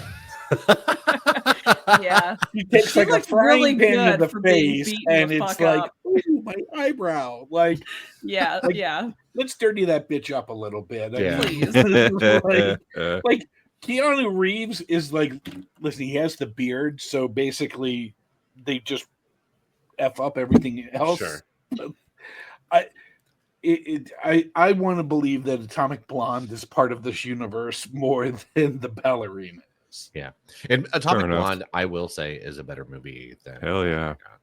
for sure. But Hell yeah. again, I think especially with this year and how sort of lackluster it's been over as a whole, I think you could do a lot worse right now. Like going to the movie Can't theater you and have seeing the something. kid when they had like the little Anna de Armas, can't she have the bad accent? Can't they just get a girl from South America? I know. It was who like the act little like- girl talks way better than Yes. she does. I was like, where did she get this accent She's a from? British schoolgirl talking like Olivia Colman, and Okay, then right. all of a sudden, Anna de Armas can't put two sentences together. Like what do we like? I just thought of that too. Give me a little bit, like Papa. Okay, he fits the mold. Okay, he's Yes. from. I like that actor too. Yeah. Yeah. I'm sorry. No, I feel it. I get everything you guys are saying for real. I didn't How write about it. this? No, 100%. We both agree that the Predator movie was awesome. Yes. Predator movie was awesome. That's an amazing. That's what the genre is perfect for that. Mhm. Yes. And they're apparently going to do a bunch more of them. They Oh, better. the animated thing? Yeah, the Oh, Killer yeah. of Killers. Killer of Okay. Killers. Killers. Freaking I know RP amazing. Lewis saw that too. He Amazing. asked me about it. And Amazing. Yeah, you should check it Did out. he like it? Oh, I think so, yeah. good. I Okay. think he really liked it. Yeah, he did. He's got good taste. Yeah, of course. Everyone who watches this show has good taste. Damn right. So that's RP Lewis. Okay, right, exactly. Aw. I'm dead. All Holy one shit. listener. Yes, No, we have more than that. We love guys. you. We do love All you. of you. So. absolutely. Love both. And yeah, Of and as you probably noticed lately on the channel, Carly and I have started Chad and Carly's Creepy Corner. Our first video was the entire Yay. Final Destination series, and then we just put up our second one for the Ugly Stepsister. Mhm. And with 28 Oh. years later coming out this weekend, our next video, I think it's safe to say, is definitely going to be the 28 Days, Weeks, Years Later series video, hopefully filmed this weekend and up Yes. by early next week. And Megan 2 is coming, so that's a Mhm. thing. And yeah, we're diversifying, guys. We've got I did, content, movie tagline content, ever. everything. I did watch The Ugly Stepsister. Oh, it's what'd you so think? good. Carly, you're under arrest. What? Oh. For what? What? What did I do? Is it because there were hard dicks in it? No, I don't care about that. Fuck, that was something. It is. And you recommend really good movies, and I'm gonna watch this. It's a really And good movie, though. It I is, agree. but it fucked me up, man. I I was know, I know. It's- uncomfortable through the whole thing. So Yeah. you're I under actually arrest. think, Coach, you would actually very much probably like this movie, and I think it is like There's no ghosts in art it. safe for Coach. No, it's not a ghost. It's not the ghost. It's not, yeah, it's not Ghost for sure. No ghosts in And it. it Unless just, yeah, the it's ghosts of her toes. okay. I feel oh my like God, it how- serves And the her story, nose and- though. I agree. Aw. And say like with the substance too, like it is Yeah. kind of it's we've mentioned those two movies in the same breath so many times, but it is very much like that. Like everything here, Yeah, it's it's meaningful the and story it of means just something. the obsession for perfection is. Mhm. Oh, but yeah, it left me with a lot. And I was like, Mhm. wow, Aw. okay, and it's gonna shake it out of me. But yeah, Mhm. not for everyone, but if you're more adventurous, I liked it. Stepsister Oh, is. good. I Glad you liked I it. liked it, but There was like, no demon or devil doll magic. Yes. Devil. no Satan no magic. Satan No magic. Satan magic. I don't know why I never remember that. God help. No, but afterwards, I had to take the dog for a walk just to like Aw. lighten my Yeah, load. I'm like, right. I do not feel good right It's now. true. Big facts. Right. All right. Well, we're getting out of here, guys. Thank you so much for watching, listening. Subscribe to the channel if you're on YouTube. Mhm. Subscribe if you're on audio podcasts. And of course, podcasts every week. We're going to try to do Chad and Carly's Creepy Corner every week Woo. and all kinds of other fun shit on this channel. So, yeah. New stuff abounds and a new job starts for me in just a few days. So, hopefully, that means good things for this Yay. channel and a normal life coming from Mm-hmm. normal work hours. So, anyway, thanks, guys. Good Night, night. everybody. No. Bye. Hold on, let me struggle with trying to get this fucking thing off.